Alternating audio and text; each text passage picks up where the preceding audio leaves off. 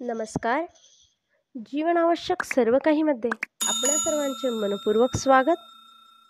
महाराष्ट्राचे आराध्य दैवत म्हणजे पंढरपूरचा पांडुरंग. आषाढी एकादशीच्या दिवशी लाखो वारकरी पंढरपूरमध्ये पांडुरंगाच्या भेटीस येतात.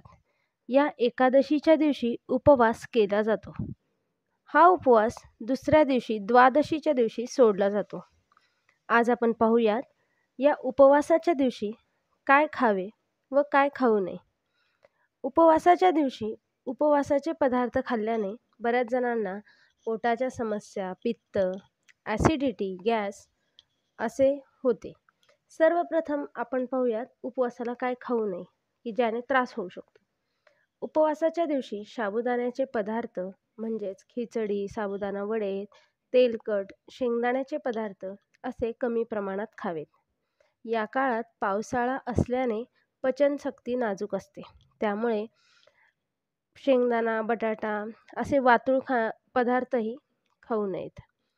उपवास करताना काहीही न खाता किंवा न पिता निर्जल उपवास करू नये. याने पित्त वाढू शकते. आपल्या तब्येतीला सहन होईल असेच उपवास करावेत.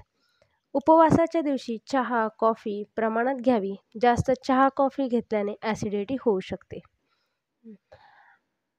यानंतर आता आपण उपवासाच्या दिवशी काय खावे ते पाहणार आहोत. उपवासाच्या दिवशी फराळामध्ये फळांचा समावेश करावा. फळांमध्ये एनर्जी टिकून राहण्यास मदत होते. या दिवशी साबुदाण्याऐवजी आपण वरई म्हणजेच भगर आणि शेंगदाण्याची आमटी असेही खाऊ शकतो. उपवासाच्या पदार्थामध्ये राजगिराचा लाडूही खाऊ शकता किंवा राजगिऱ्याचे पदार्थ खाऊ शकता. यामध्ये कॅल्शियम, मॅग्नेशियम, फॉस्फरस, लोह असते. यामुळे एनर्जी राहील. राजगिऱ्याचे लाडू, खीर किंवा घावन केले जातात, थालीपीठ केले जाते किंवा दशमी केली जाते. अशा प्रकारे राजगिराही खाऊ शकतो. उपवासाला शिंगाड्याचे पीठही खाल्ले जाते. शिंगाड्याच्या पिठाचे थालीपीठ, शिरा, पराठा, लाडू असे बनवले जातात. या दिवशी दूध, दही, ताक, सरबत, फळांचा ज्यूस असे पेय पिल्याने एनर्जी टिकून राहते. व्हिडिओ आवडला असेल तर लाईक करा, शेअर करा आणि अशाच प्रकारचे नवीन व्हिडिओ पाहण्यासाठी चॅनलला सबस्क्राईब करा. सबस्क्राईब करणे फ्री आहे. धन्यवाद.